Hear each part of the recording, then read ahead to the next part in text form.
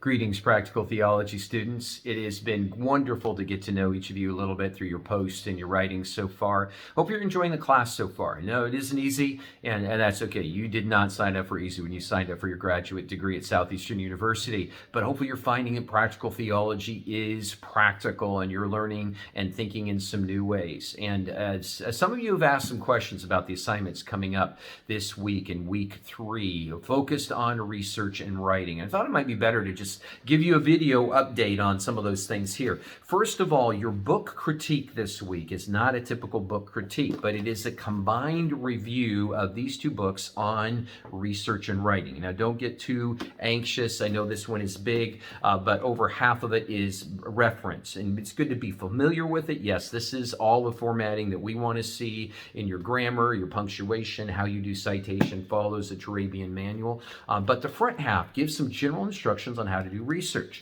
This one is by Weimeister. It is the classic in the Christian world of higher education. This one is more secular. They both overlap in some general ways, but there's some ways in which they are different, some things one covers that the other doesn't. So I went ahead and decided to assign both of these books for this course so you can be familiar with research and writing. This is the kickoff course. This is the one most of you are just starting your graduate degree. You need to know how to do research and writing. You're going to be doing a lot of it in the next few years as you are continuing to study. And these are the best two resources available to be able to use that. So that assignment works like a book critique, except it asks you to combine both of these and to state it in a way that helps you know, how do you do research and writing? How does it work? I want you to develop a system that integrates principles from both. You don't have to create it on your own. I just want you to integrate ideas from both of these, make it a good, well-written paper. And both of these books talk about how to write a good paper. So as you've read it, understand it, put it to use, and cite the sources as you write that particular paper. The other assignment related to that asks for a research question, and that is the question that is going to drive your research paper. The big project, the biggest single item of grading for this whole semester, and it does kind of function as your first trial run of a research paper for those of you who are just starting out in your graduate programs, but I want it to be practical. Now, I envision there's probably 3 different groups among you. Number one, you're already in full-time vocational ministry, or you have a significant ministry leadership position. If so, please use this assignment for something you can use in your ministry. Remember, it is to answer a dilemma, solve a dilemma. That is something for which there's not a clear answer, not a clear right, wrong. It's going to take some work. Work the process. That's what practical theology is about. And seeking God, seeking scripture, seeking other sources, do your research. Figure out how you're going to answer that question. Make it something that you can use. Do that every assignment you possibly can throughout your degree if you're in full-time vocational ministry. Second one, you're in active ministry, but you're not vocational. You're a lay leader. Maybe you want to be in ministry at some point in time, but you're serving another capacity. Make it something you can use or might be able to use in the future. And I think it's just fine if you want to be a lead pastor, envision the church. Find a church that represents that and do the study as if you're the pastor of that church, whatever the question is. You want to start a new campus, you want to launch a new ministry, you want to reach a group of people in your community that nobody's reaching, you want to help do a better job disciple making, you want to manage staff better, whatever the challenges that you're facing, envision that, write the paper as that. The hypothetical is okay as long as the research is real, the hypothetical situation, but I think you're even better to make that real, make it of your own church. Third group is, for whatever reason you're doing a grad degree, so you want to do a grad degree and you chose to do ministry or theology, even though that's not necessarily your vocational ambition.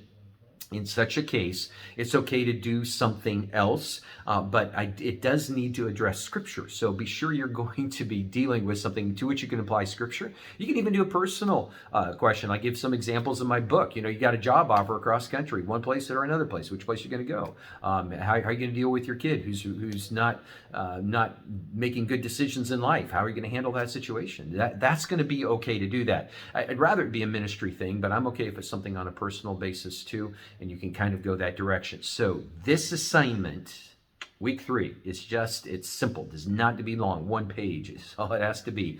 What is the question that's going to drive your research, and give me enough of a background of the context of the situation so I understand. Again, if you're the first group of people, tell me about your church, your ministry, what your responsibility is, why this question matters. Second one, okay, if you're a volunteer doing something else, okay, what is the situation there? Third, what's your personal situation? What's driving it? And again, just a page or two. All I need to know, why does this matter? Why do you want to research it? Okay. Other thing, you should have received an invitation from me for our Zoom session. Thank you if you filled out the survey. Even if you didn't, don't sweat. Again, you don't have to be here for that session, but we will be doing this online, be able to answer questions like the ones that drove my earlier discussion here.